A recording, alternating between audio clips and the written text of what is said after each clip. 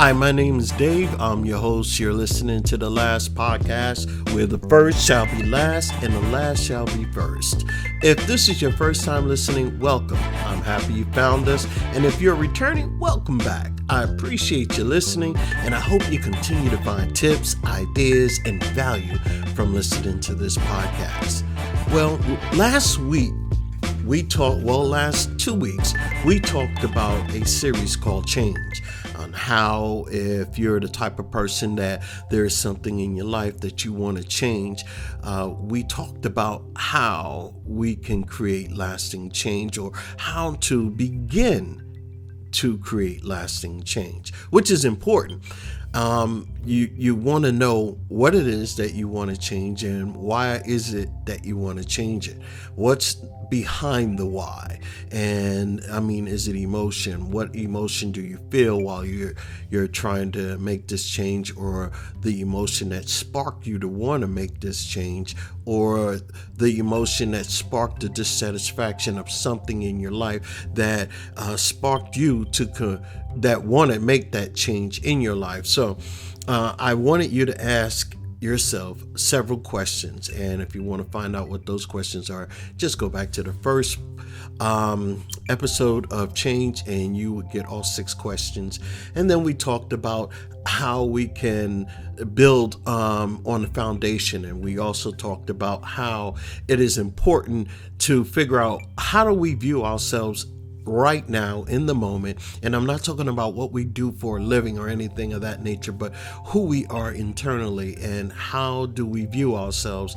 And then we talked about if we need to make change, if you're trying to do an overall change, maybe it's time to renew your mind, change the way you think, so to speak, because it makes sense, right? If you've been trying to make a specific change, or let's say like lose weight or anything of that nature, and you decide to do that and it doesn't work after all these times you try, maybe we need to try something new. Maybe we also need to try to change the way we view things, see things, and so on and so forth. So we're on the 5th and final I would say episode. And then in this episode, we are going to talk about something I believe that would help us tie everything together. Something that most of us already know, and as a matter of fact, not only do we know, but we practice this many times within our life. But it's something that we probably don't even apply when we want to change something in our life. So last week we left off on that series, basically helping us to think about what it is that we want to change, and we also talked about goals, right? Because if you want to change something, you definitely have to have a roadmap. You have to have a goal. So we talked about that last week. This week, and I've always asked a question, but this week we'll probably do something just a little bit different, but I do have one question.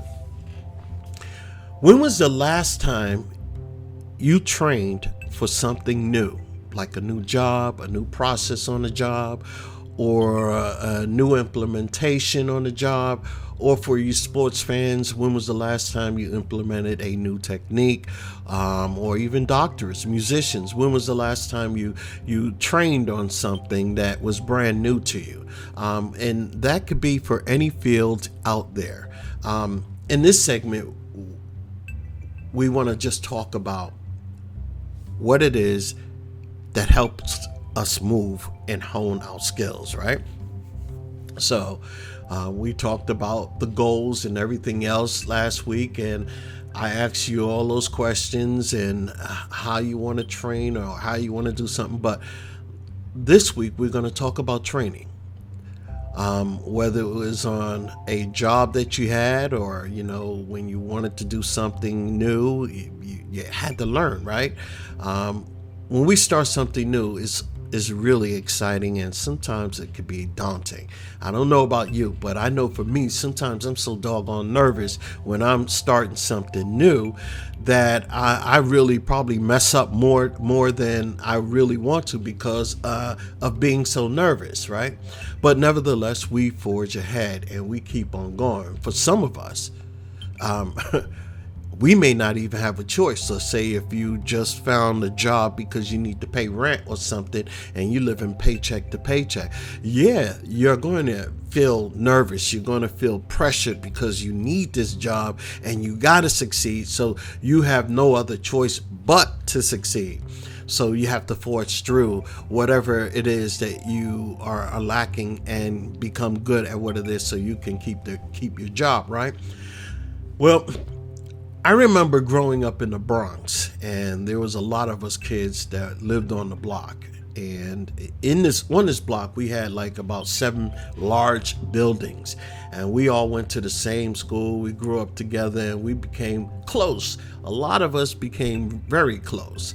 And one day, my mother said to my sister and I, we're moving, and we're moving to Queens. We didn't know what Queens was. We didn't even know where what Queens were at that time. So we picked up, we moved, and it was a nice little area. It was like it's like almost projects. The building that we lived in had actually 28 floors. So, and you could probably guess where that was because not many buildings out there have 28 floors. So, suffice it to say, we were out there. We had to go into new schools and make new friends and so on and so forth. I didn't have many friends at the time, but I was pretty much a mama's boy, and I was a bookworm. I always got in trouble, so therefore my mother always put me on punishment. So there was nothing to do on punishment but either watch TV or read books. Unfortunately, my mother didn't allow us while we were on punishment to watch TV. So there was a lot of days, months that I could not watch TV. The only best thing to do at that time was to find books to read. And I read a lot. So when I wasn't on punishment, I realized we were in the area. So, you walk around and you look at where you are and everything's, but when you're young, everything seems like an adventure. And one day I was going through these little pathways, and I heard first a lot of noise, screaming like people were having fun. And I walked toward the noise, and it was a large pool. It was a community pool.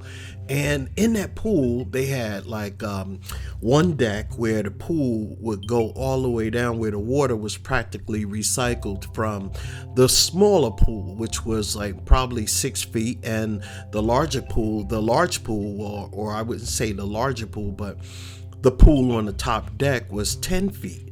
And the water, they had a waterfall with a little gate there where you could look down and the water would go into the 6 feet pool. But that was that was a huge pool. But people was always diving, and that really, really caught my attention. They had a beautiful pool and diving board. They had 2. They had one small one and they had a large one. And I never really saw anyone use the small diving board, only the big one.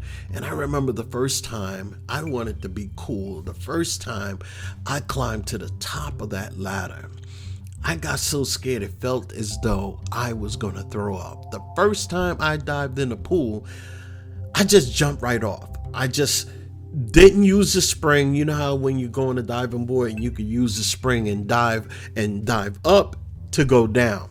Well, I just ran right off, and that was it. There were so many people in the pool, and they would hurry up out of the way when they know you were new to diving.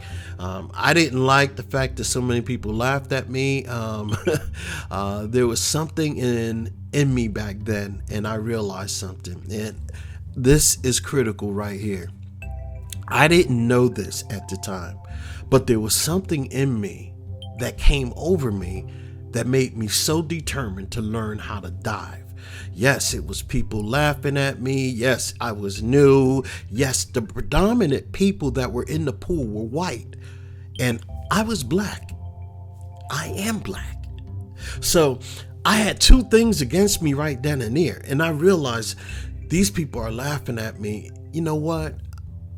I'm going to become good at this. I sat down one day and I watched a lot of people dive off, and I remember thinking that was the coolest thing. And specifically, so many people back then thought highly of the people who could either do tricks or swan dives. And if you could dive off a pool, off the diving board back then, you was someone to talk to or hang around. And since I was a bookworm and a nerd, I wanted to be cool too. So that was my Sega back then. And you know what? I wanted to learn how to dive off the diving board. Through training every day, a lot of people would leave around 7 or 8 o'clock at night, and I would stay and dive off the board. And believe me when I say dive off the board, I would walk to the edge, and I still wouldn't use a spring, but I would just dive and practice diving, and then practice my arms and my feet, and I would practice the form of diving. And I became real good at it. And I didn't know back then, but I was so focused on form and trying to get good at it that I really, over a course of a period of time, became so good. People were no longer laughing. And then I started seeing people come up to me. Hey, you did that real good. That's a far cry from, when you first started. You're getting real good at this. And next thing I know, I'm saying to myself, I didn't realize how good I was becoming until someone else came and told me. Somebody else had to validate, you're getting real good. That was a beautiful dive. I loved your form. When I started hearing that from several different people, I knew I started making a headway.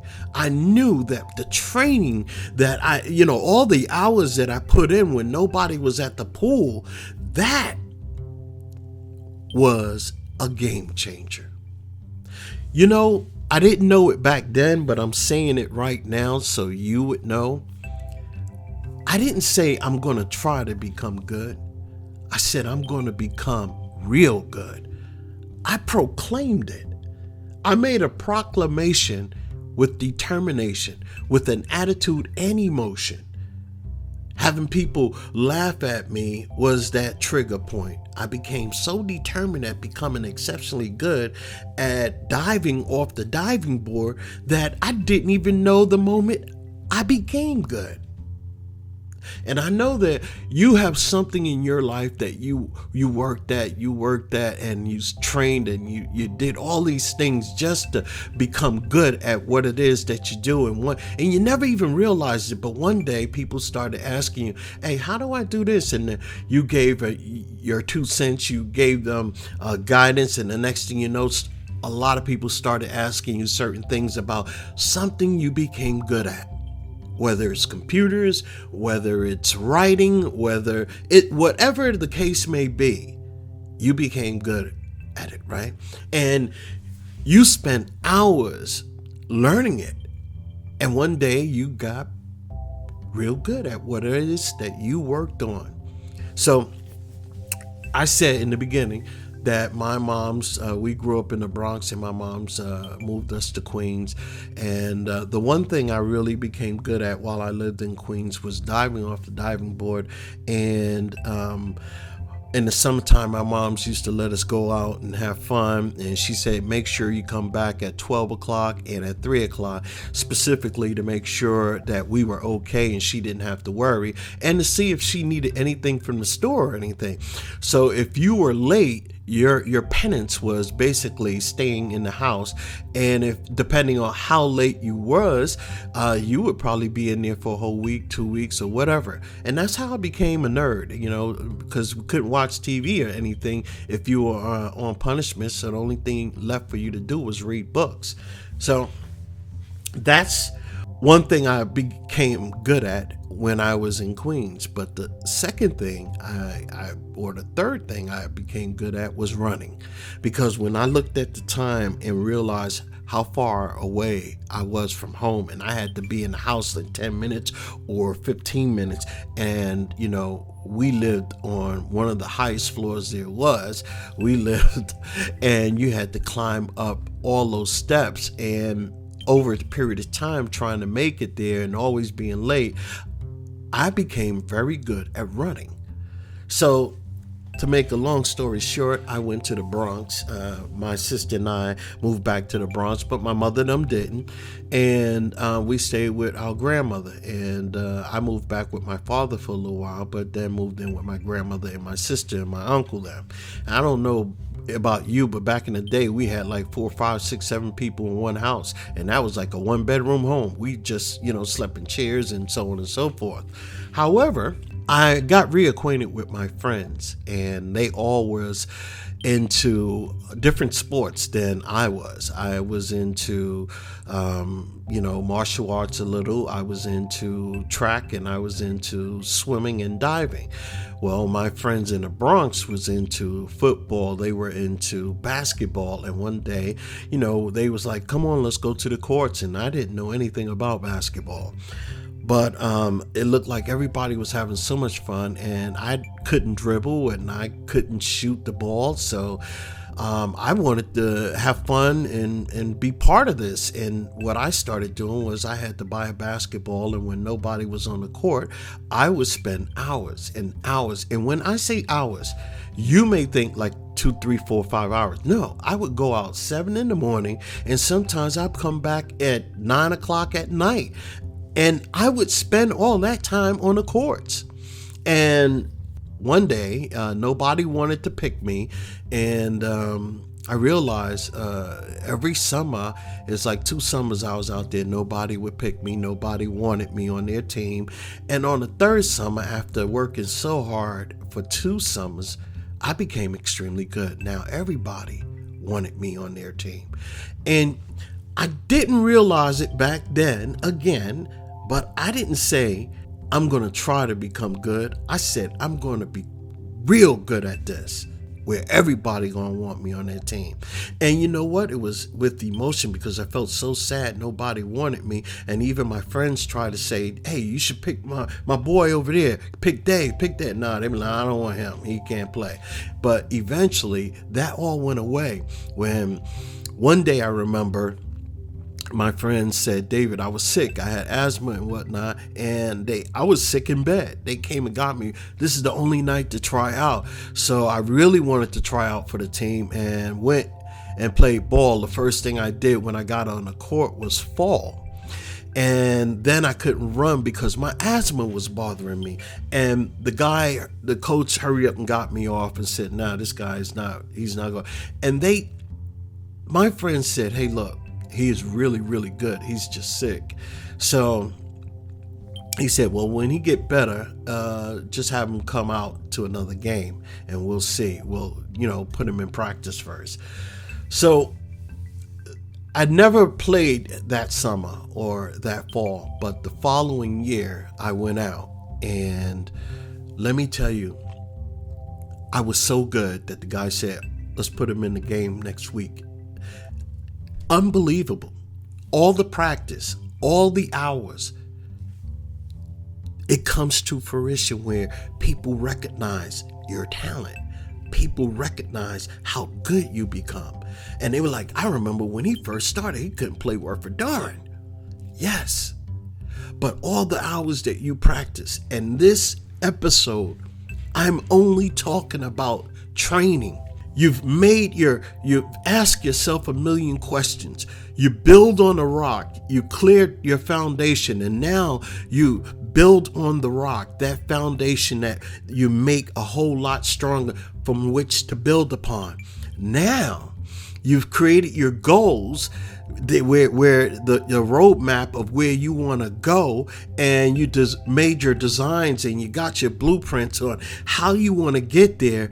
And the best road you can take is training, doing something every day that will get you closer to your goal. And that's what I'm talking about. That was one of the reasons why I said and told you my story, about diving, about basketball. It wasn't in the moment. It took a couple of years for me to become extremely good, where people wanted me on their team, where people accepted me, and people said, wow, you should see him dive off a diving board. Oh, you think he's funny, but watch, he got skill. And now they want me on the track team. I never got on the track team, just so you know. But I ran like there was no tomorrow, because I didn't want to be on punishment. So my story to you today is, don't say, I'm going to try. Say, I will. I didn't say I'm going to try. I made a proclamation with the determination and with an attitude. And guess what? When you instill emotion in your proclamation, you're going to achieve what it is that you're trying to achieve. I made that determination with attitude and emotion. I said I will, because this is not going to happen again. I'm going to become good at what I do. Same thing with poetry. I love trying to write poetry, something that's going to touch somebody else's life, where they say, wow, I feel that. Wow, I get that. If you want something in your life and you want to change something about yourself, you have to put in the training. You have to train. You have to do something every day, not just for 5 minutes, but you got to put in your time every single day so you can hone your skills, so you can become the best, so you can become better than where you were yesterday. And that's life. We want to become better than what we were yesterday. And the only way we can do that is through training, through preparation, through determination. We have to be able to say to ourselves, I am going to be good. I will, no matter what. So you want to tie your whys. That's why I told you in the other episode, you have to tie your why to your foundation, because your foundation is what you're going to build upon. And in life, there's always something that's going to throw you off course. But when you are anchored and holding on to your why, you know the reason that you're there. You know the reason why you're trying to get wherever it is that you're trying to go, because you are anchored on your foundation.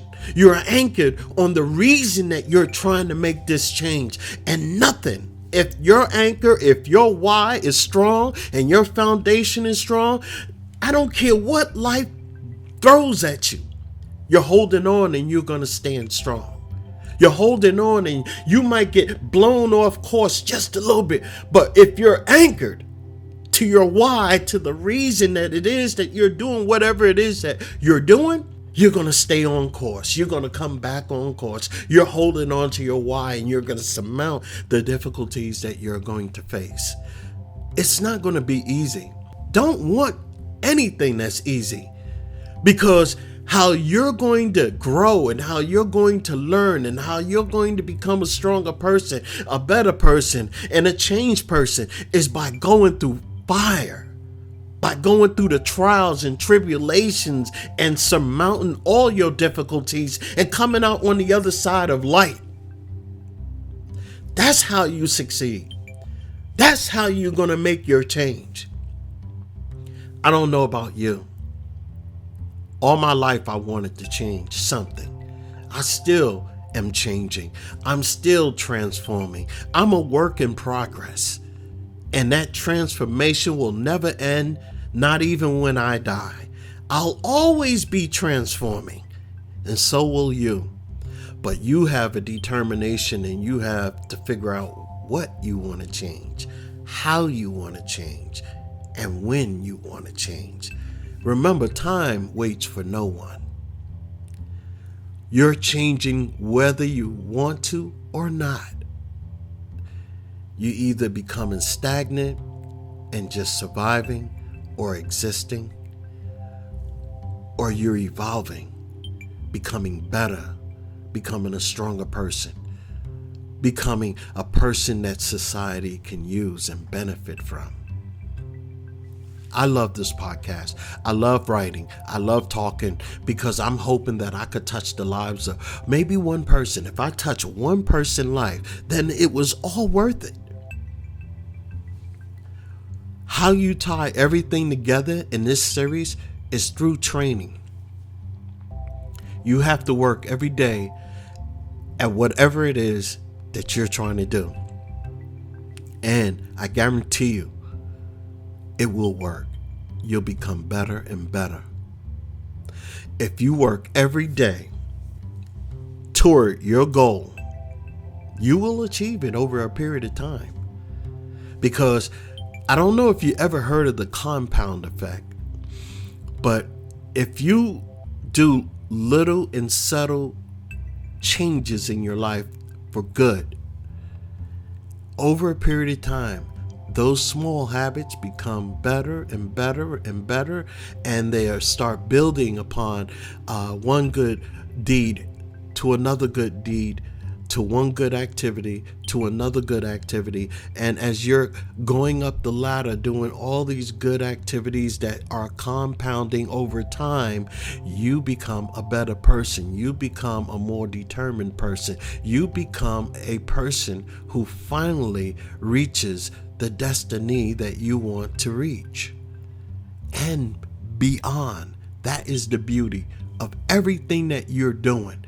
Why you want to change? What do you want to change? You have an opportunity, the unique ability to do anything in your life that you want to do within reason, of course. I'm not saying that you're going to grow wings and fly, because that's just not happening. But in the Bible, it tells us if you have a mustard seed of faith, you can move mountains. Not only a mustard seed of faith in our Heavenly Father, but a mustard seed of faith in your Heavenly Father and in yourself. Believe in yourself. Believe that it is possible. You deserve good things. Believe that. And do good things. Be good to others. Because life waits for no man or woman. It evolves.